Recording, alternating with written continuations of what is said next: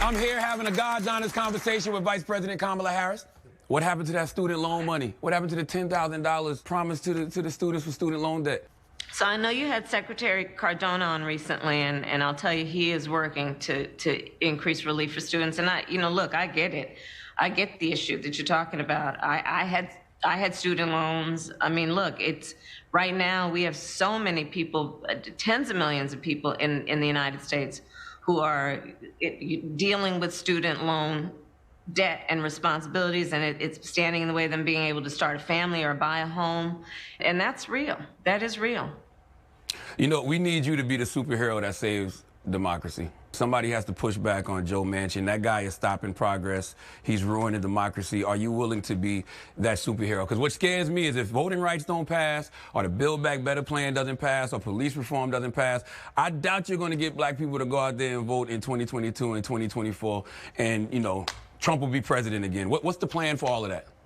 Well, I couldn't agree with you more on the seriousness of these issues and how people take these issues seriously. And so we're going to have to keep fighting. On voting rights, we need to pass the John Lewis Voting Rights Advancement Act. We need to pass the Freedom to Vote Act and be relentless about pushing for that, which is what we have been doing and what I certainly am going to keep doing. We need to keep pushing for what we got to do to really reform the system that we know needs to be reformed with the George Floyd Justice and Policing Act. But, you know, again, Republicans stood in the way to get that done. So what did we do?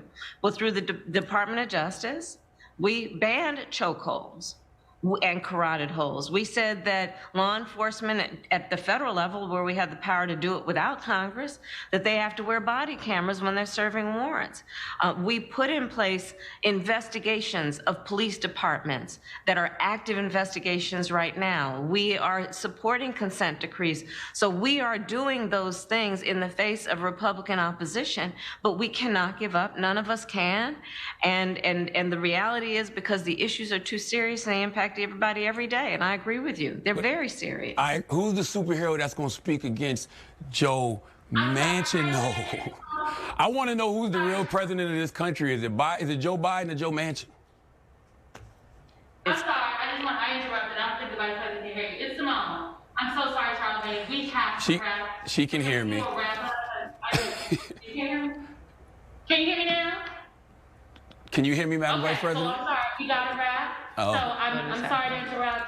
They're acting like they can't hear me. Y'all see that? I can hear you. Oh, so who's the real president of this country? Is it Joe Manchin or Joe Biden, Madam Vice President? Come on, Charlamagne. Come on. It's Joe Biden. I can't tell sometimes. No. It's Joe Biden, and don't start talking like a Republican about asking whether or not he's president. Do you think Joe Manchin is a problem? It's Joe Biden, and I'm vice president, and my name is Kamala Harris.